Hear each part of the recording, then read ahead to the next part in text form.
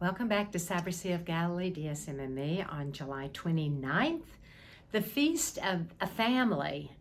And I say a family because we don't know who the parents are, and hopefully they're in heaven too, and they surely must be if their children are canonized.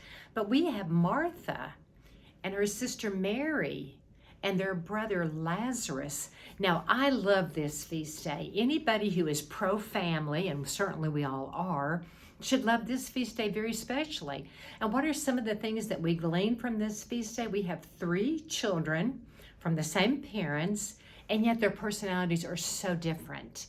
And so the gospel today reminds us that Mary tended to be a little bit quieter, perhaps, more, we might say, prayerful or contemplative, but we don't know that for sure because Martha had such a different personality. She tended to be much more active.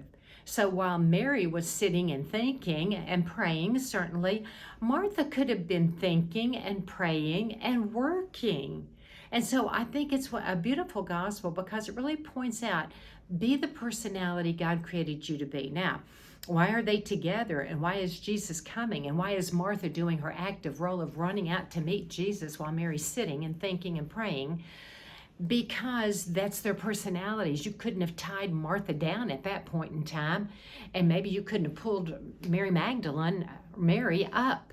And what had happened to their brother Lazarus? He had died. And so Jesus was coming, and they had sent word out that your friend Lazarus is dying, and Jesus did not get there in time. Now, how heartrending is that? When someone that we love is dying, we want the family to be together. Jesus was considered part of the family. In what manner?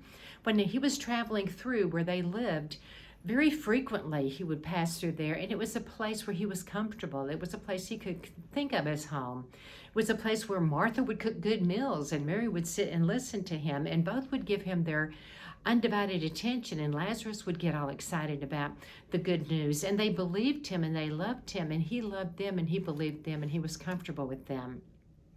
So on this beautiful feast day, let's look back at our own families and thank God for the beautiful graces that he's given to our families.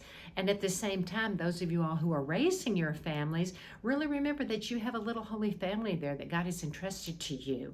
And so very especially appreciate the personalities and know that God will work through all of them somehow or another. And you pray, pray, pray, and love them. We all are good if we know we're loved. We desire God, and God is love.